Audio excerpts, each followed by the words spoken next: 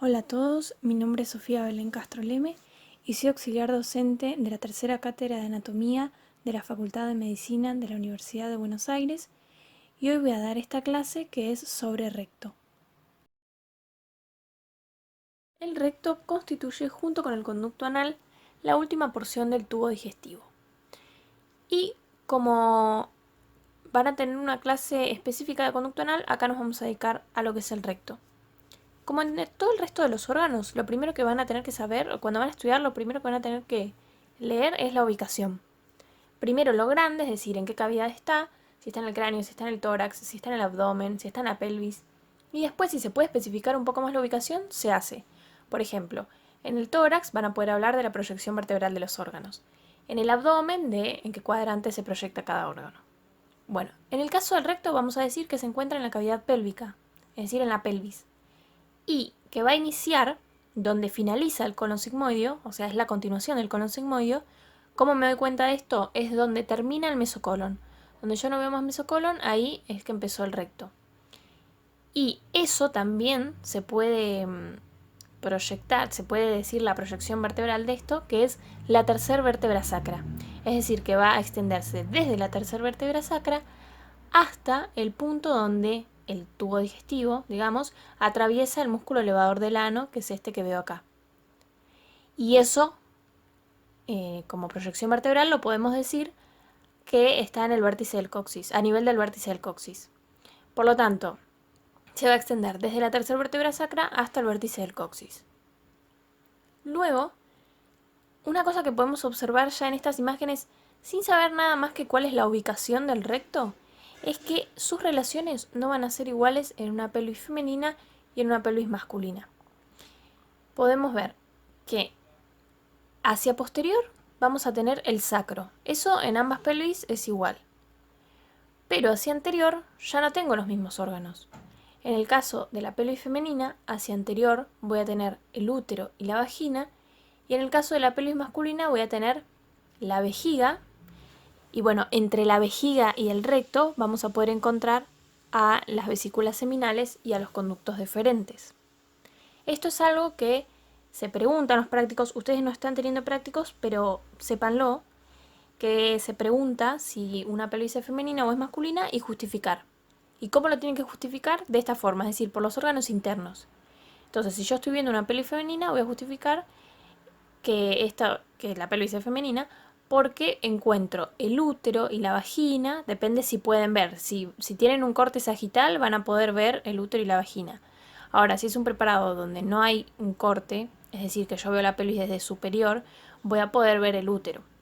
Entonces voy a decir que es una pelvis femenina porque encuentro el útero y la vagina, si la puedo ver, entre el recto que queda hacia posterior y la vejiga que queda hacia anterior. O voy a justificar que es una pelvis masculina porque encuentro las vesículas seminales, en general no se pueden ver en los preparados, pero bueno, capaz las pueden ver.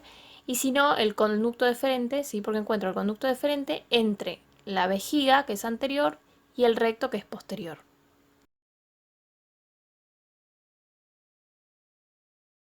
Y con respecto a la ubicación, podemos profundizar un poco más y no quedarnos solamente en que el recto está en la pelvis. ¿Sí? Está en el espacio pelvis subperitoneal, es decir, subyacente a lo que es el peritoneo, y más específicamente dentro de este espacio en una celda que es la celda rectal. Primero observemos esta imagen, que es una vista superior o sea, lo que se ve es el piso de la pelvis, o de este espacio pelvis subperitoneal, mejor dicho, y sus límites periféricos, es decir, sus paredes laterales, anterior y posterior, que son osteomusculares. Lo que no veo acá es su techo, sería, o su límite superior, que estaría constituido por el peritoneo, porque de hecho no veo ni siquiera ninguna víscera intrapélvica. Y esta imagen solamente la puse para que se puedan ubicar en el próximo esquema que va a aparecer sobre esta imagen, que este esquema representa a la cavidad pélvica, donde tenemos, también es una vista superior, tenemos hacia posterior el sacro, hacia anterior la sínfisis pubiana, y en la línea media, dentro de la cavidad pélvica, encontramos representados las vísceras intrapélvicas. Y luego, con líneas de colores, intenté representar distintas fascias que forman tabiques, ¿sí? Distintos tabiques que hay en la pelvis.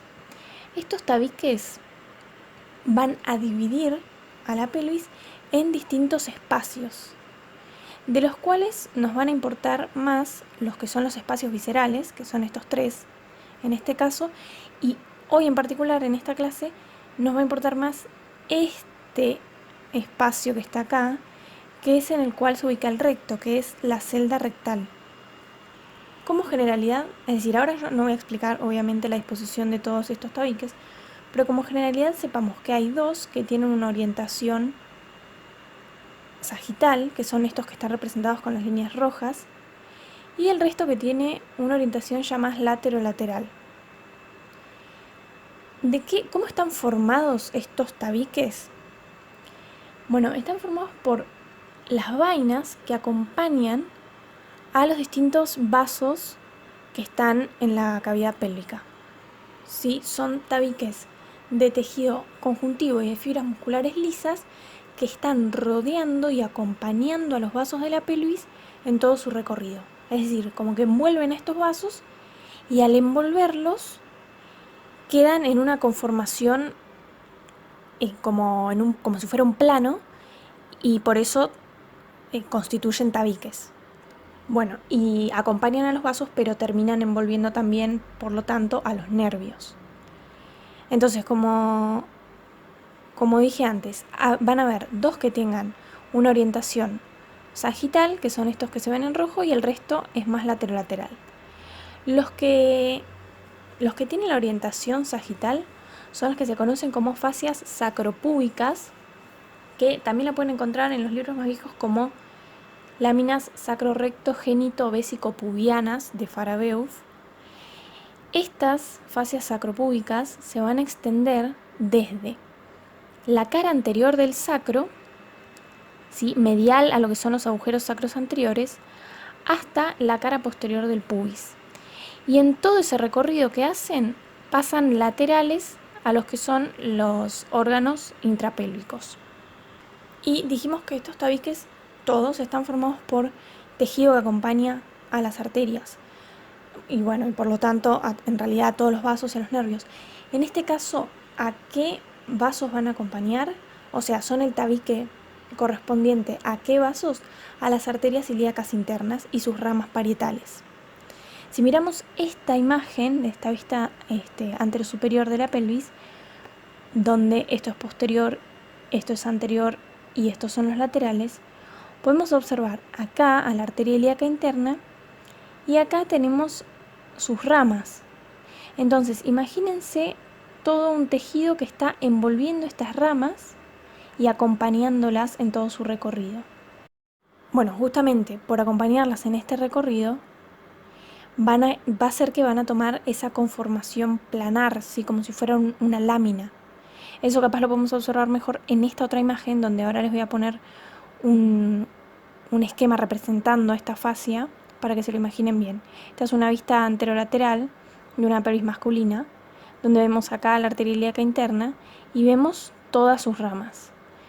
Y acá aparece en amarillo algo que quiere representar a esta fascia sacropúbica, ¿sí? A la de un lado, sería la del lado izquierdo, y ven cómo al acompañar y rodear a todos estos vasos termina teniendo esta conformación de tabique y extendiéndose desde el sacro hasta el pubis, pasando lateral a los órganos pélvicos.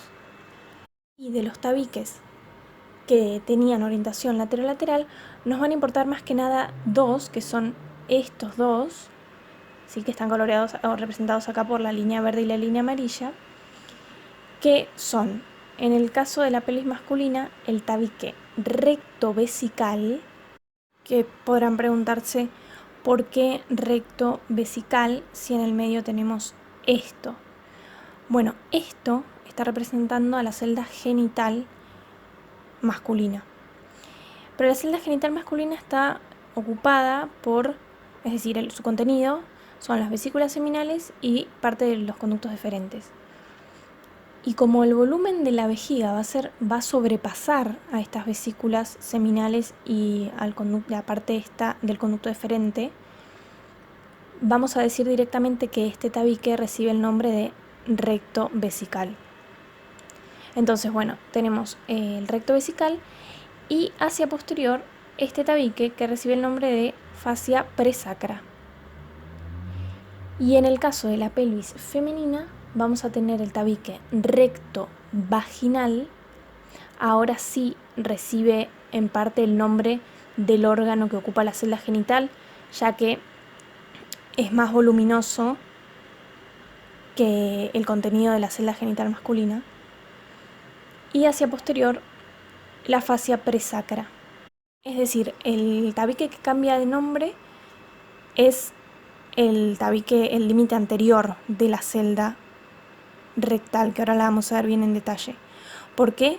Porque la relación, que es diferente en la pelvis femenina y masculina, es la relación de hacia anterior del recto, no hacia posterior, porque hacia posterior en ambas pelvis el recto se va a relacionar con el sacro, por eso la denominación de la fascia es la misma, que es fascia presacra.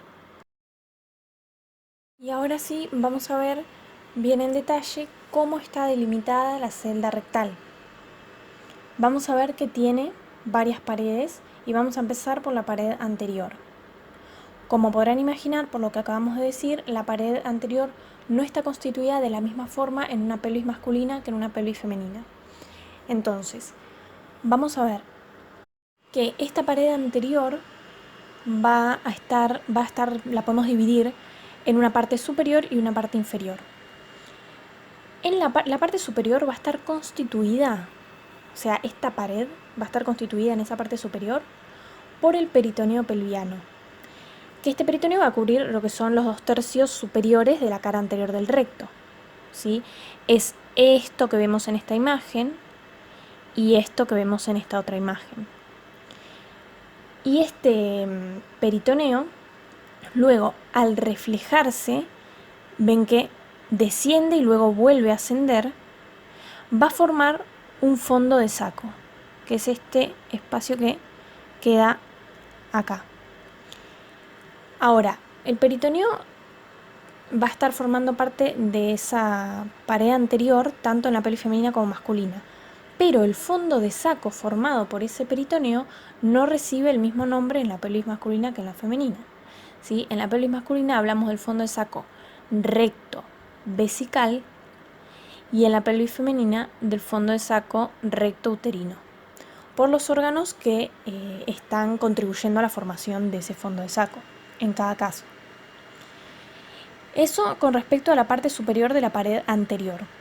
Y luego tenemos la parte inferior, que va a estar formada por el tabique o los tabiques que nombramos hace un rato, que son distintos ya si la pelvis es femenina o si la pelvis es masculina. En el caso de la pelvis masculina, recuerdan que el tabique era el tabique recto vesical.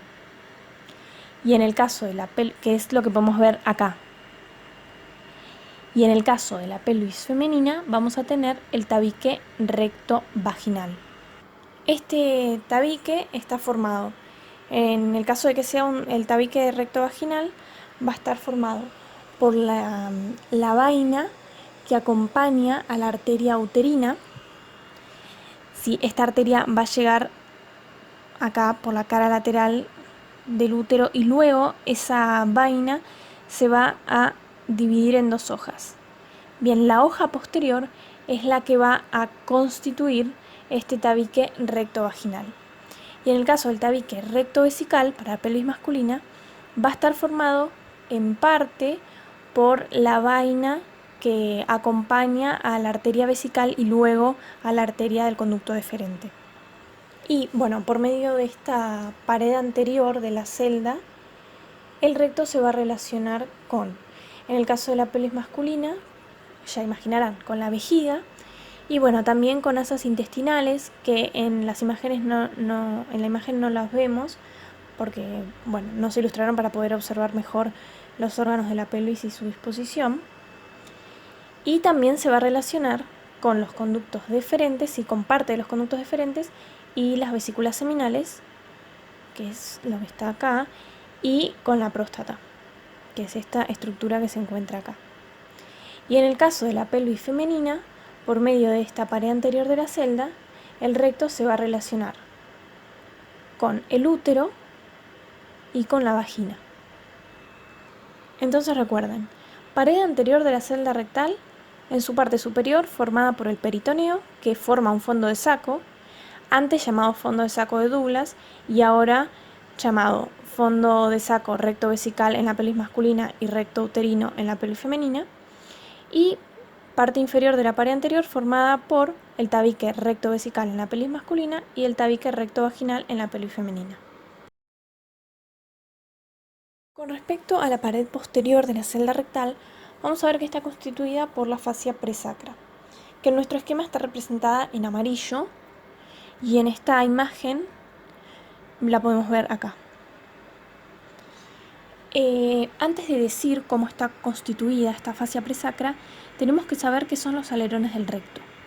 Los alerones del recto corresponden a las vainas que acompañan a las arterias, en realidad los vasos, pero vamos a decir arterias para simplificar, a las arterias rectales medias. Ahora, nosotros sabíamos que teníamos la arteria ilíaca interna, que era el esqueleto, por decirlo de alguna forma, de estas fascias sacropúbicas. Y ahora sabemos que la arteria rectal media es el esqueleto, también por decirlo de alguna forma, del alerón del recto. Y como la arteria rectal media nace de la arteria ilíaca interna, vamos a ver que su vaina, es decir, el alerón del recto, va a partir de la vaina de la arteria ilíaca interna, es decir, la fascia sacropúbica. Bien. Y al llegar al recto, ¿qué hace? Envía una expansión, sobre todo hacia posteriores, esa expansión, que va a contribuir a la formación de esta fascia presacra. Y en parte va a estar constituido por esa expansión del alerón del recto, y en parte va a estar constituida esta fascia presacra por un ex fondo de saco, por decirlo así.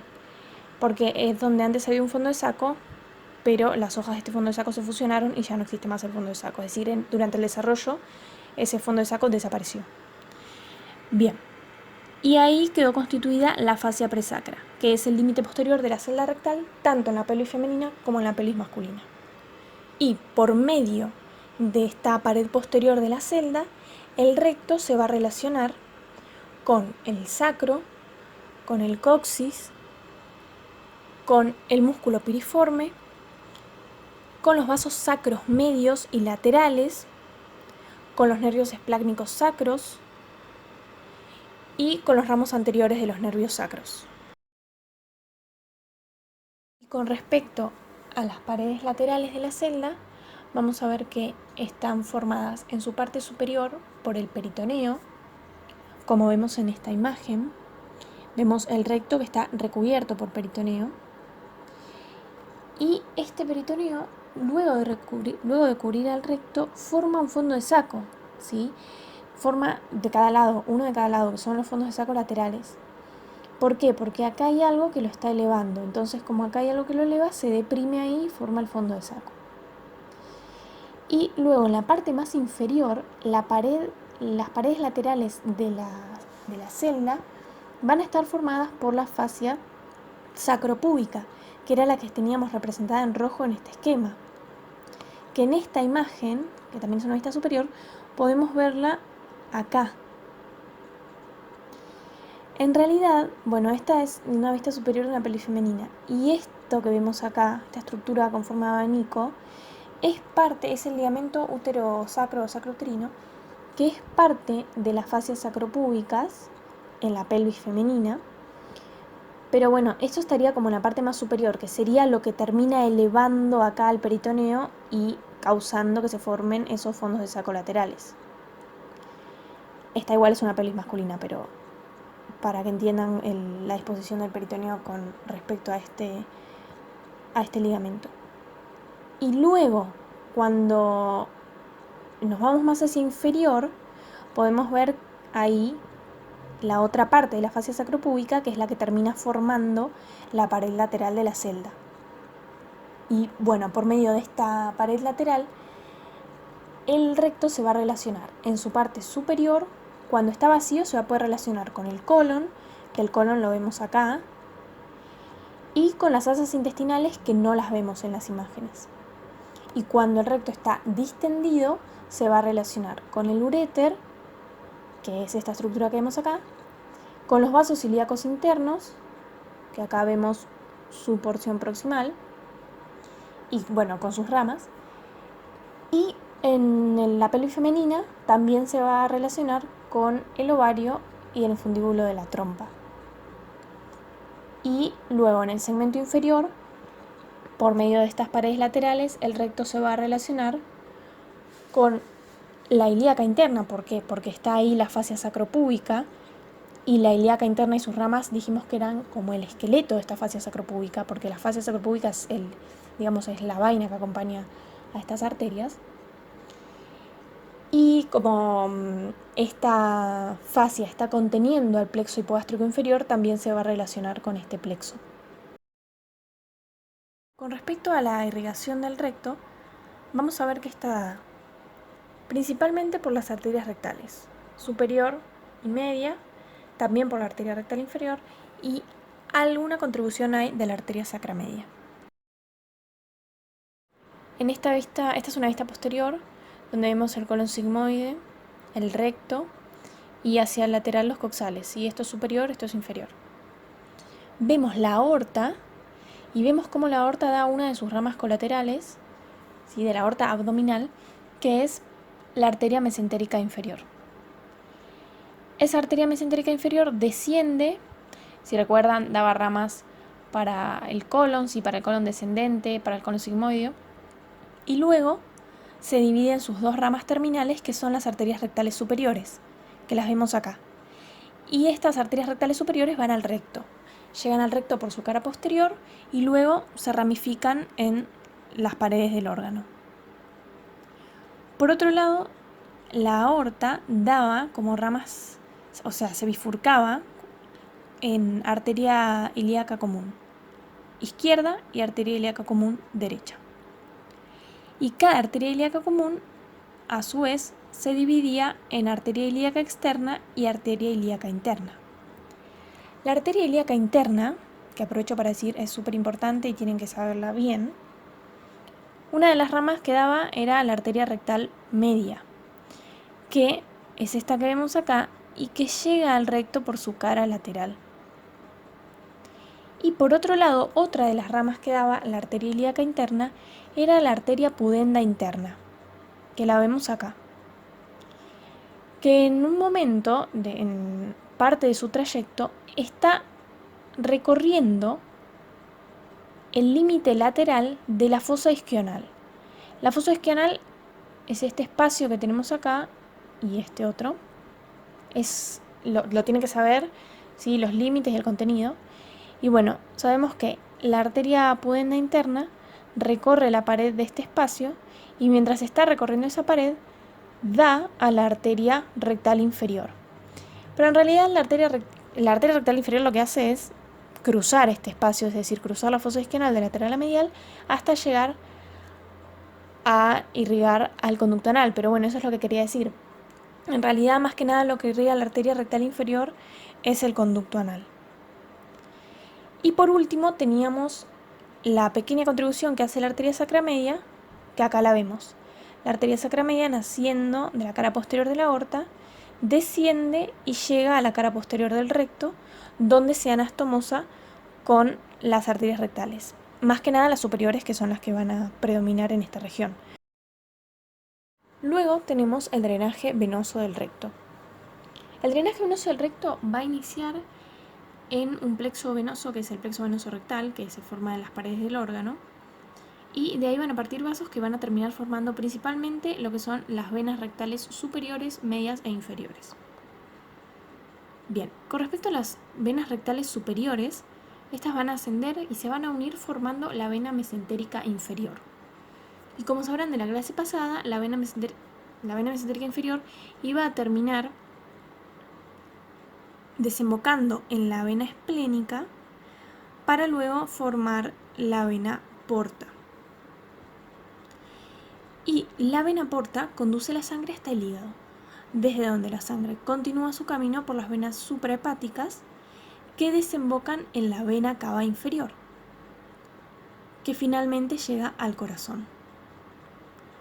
Por otro lado, las venas rectales medias desembocan en la vena ilíaca interna y las venas rectales inferiores, igualmente recordemos que los vasos rectales inferiores son más que nada, pertenecen más que nada o vascularizan más que nada a lo que es el conducto anal, pero bueno, los vamos a nombrar. Las venas rectales inferiores van a desembocar en las venas pudendas internas, que estaban en la pared lateral de la fosa isquional, como ya habíamos visto con la arteria. Y luego esta vena pudenda interna va a ir a desembocar a la vena ilíaca interna. La vena ilíaca interna va a desembocar en la vena ilíaca común, que a su vez va a desembocar en la vena cava inferior. Y luego esta va a llegar al corazón. Y por último, la vena sacra media nace de este plexo venoso, ¿sí? De la parte más inferior de este plexo venoso rectal, de la cara posterior del recto, y asciende hasta desembocar en una de las venas ilíacas comunes en general. Bien, por lo tanto, como vemos, toda la sangre va a terminar llegando obviamente al corazón, pero no por el mismo camino, o sea, no van a tomar el mismo camino. Según las venas rectales por las que esa sangre sea drenada, va a tomar distintos caminos para llegar al corazón.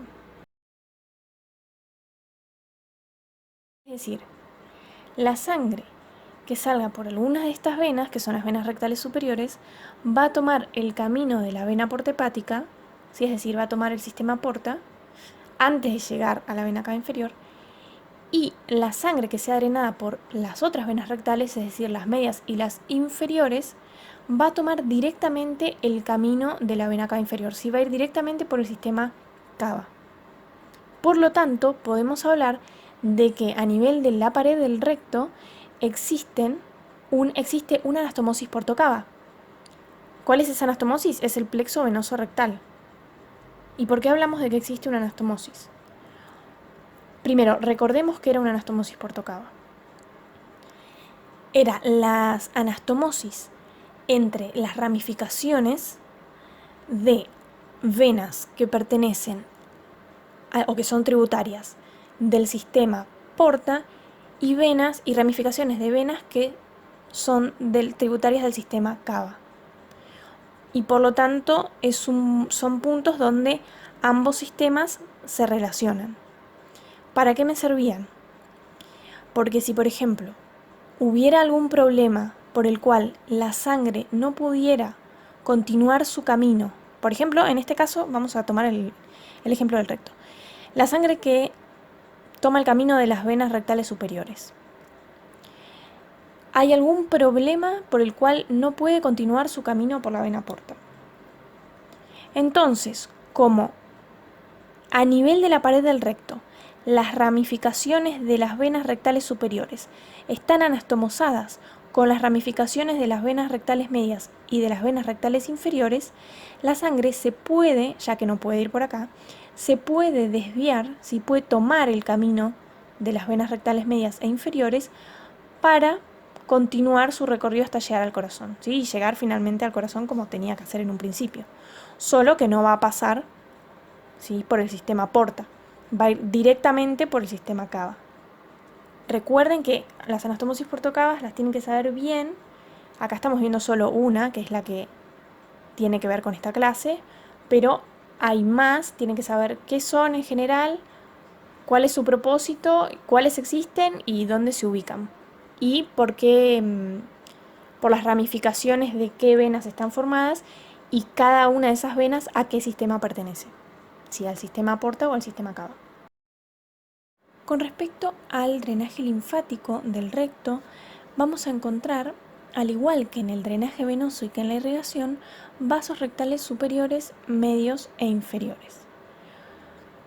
Por un lado, los vasos linfáticos rectales superiores lo que van a hacer es nacer de la parte más superior del recto Y en el camino se van a encontrar, si van a ir teniendo estación, en distintos nódulos linfáticos pararrectales, que se encuentran en una capa de tejido adiposo que está rodeando al recto, ¿sí? Están entonces sobre la pared del recto, que son los que podemos encontrar acá.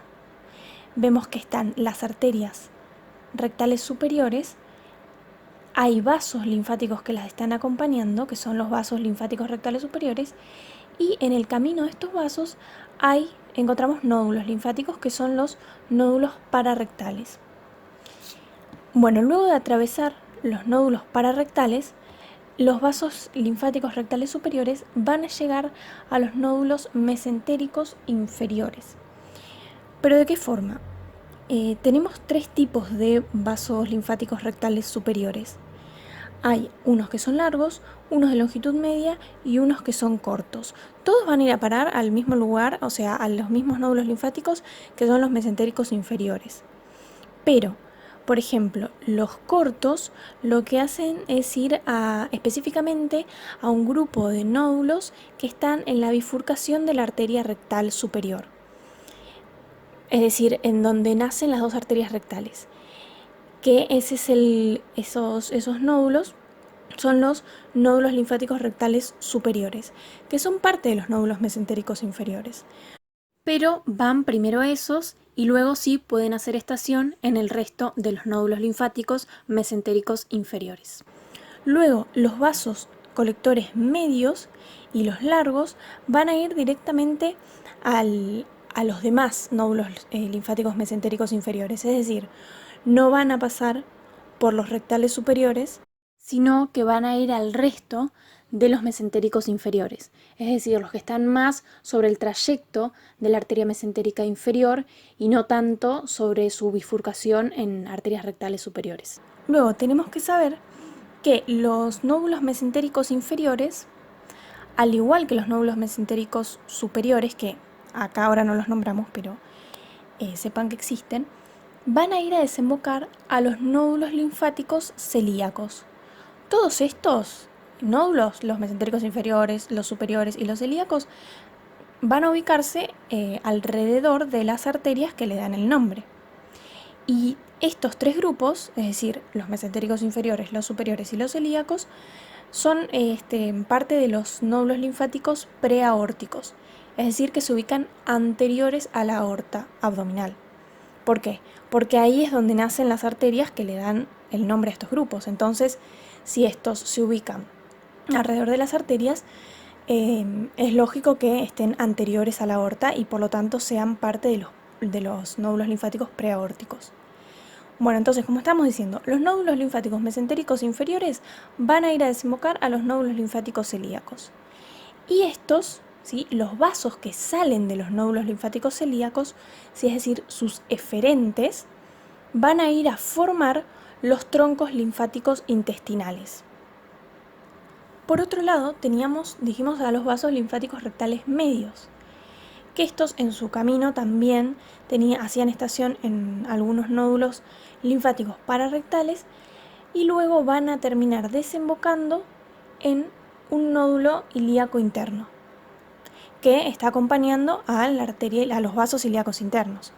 Esto tiene sentido porque, así como la arteria rectal media nacía de la arteria ilíaca interna o la vena rectal media desembocaba en la vena ilíaca interna, bueno, tiene sentido que los vasos linfáticos rectales medios desemboquen en los nódulos ilíacos internos, que están acompañando a los vasos ilíacos internos.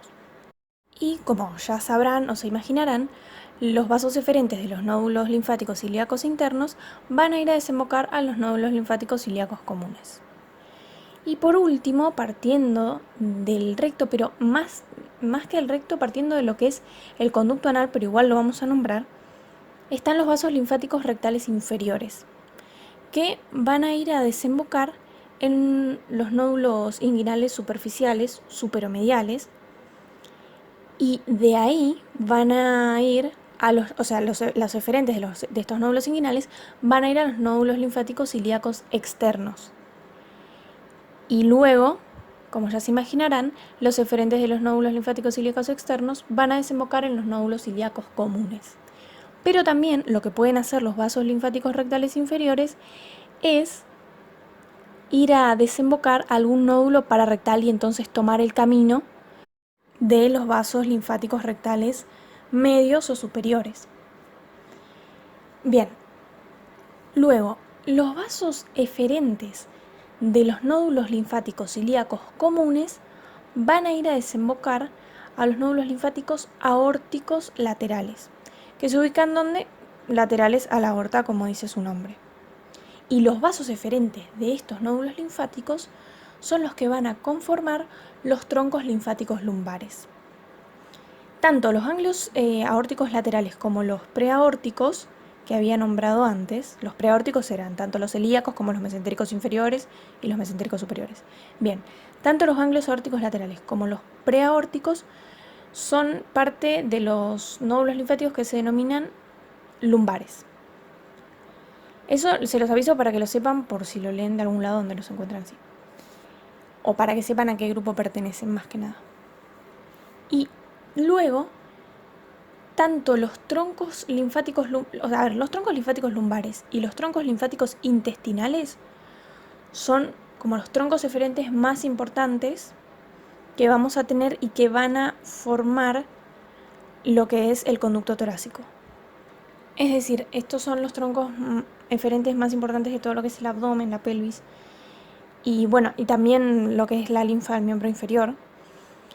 Y al confluir van a formar, ¿sí? Van a contribuir a la formación del conducto torácico, que más o menos se forma a nivel de la vértebra dorsal número 12, en lo que se denomina la confluencia abdominal de troncos linfáticos. Bien, y luego el conducto torácico sabíamos que se origina a la derecha de la línea media, va a cruzar el diafragma por el hiato aórtico junto a la aorta, va a ascender, luego en algún momento va a cruzar la línea media y a ubicarse a la izquierda de la misma, hasta llegar a desembocar en el ángulo venoso yugulosubclavio izquierdo. Y ahí terminaría el recorrido de la linfa. Siempre que estudien el drenaje linfático de alguna región o de algún órgano, traten de hacer esto y de no solo estudiar los nódulos regionales a donde va a ir a parar esa linfa de ese órgano o de esa región, sino seguir todo el recorrido que hace la linfa hasta volver a la circulación venosa. Y por último vamos a mencionar qué plexos o cómo está inervado el recto, ¿sí? Qué plexos le dan la inervación. Vamos a tener por un lado el plexo mesentérico. A ver, primero, vamos a tener plexos rectales superiores, medios e inferiores, como los vasos, para que no se olviden, ¿sí? Siempre entonces vamos a tener rectal superior, medio, inferior, sean arterias, venas, vasos linfáticos o en este caso plexos nerviosos. Tenemos el plexo mesentérico inferior, que lo vemos acá, cuya terminación está constituida por los plexos rectales superiores, que los vemos acá llegando al recto. Luego tenemos los plexos hipogástricos inferiores, que los habíamos nombrado cuando hablamos de las fascias sacropúbicas, dijimos que estaban cubiertos por esta fascia, que los vemos acá. ¿Ven? Tiene sentido que estén cubiertos por esta fascia porque miren la ubicación y recuerden cómo era la disposición de las fascias sacropúbicas. De estos plexos hipogástricos inferiores van a nacer los plexos rectales medios y los plexos rectales inferiores, que también van a contribuir a la inervación del recto. Bien, y con esto finalizamos la clase. Espero que se haya entendido. Cualquier duda igual pueden consultar en los foros. Y recuerden siempre que las clases son un complemento de la bibliografía oficial en base a la cual van a ser evaluados ustedes. Es decir, siempre sigan a la bibliografía oficial y tomen a estos videos, a estas clases, como un complemento, sabiendo siempre que tienen que estudiar de la bibliografía oficial porque de ahí es de donde se los va a evaluar en los parciales. Muchas gracias a todos por su atención.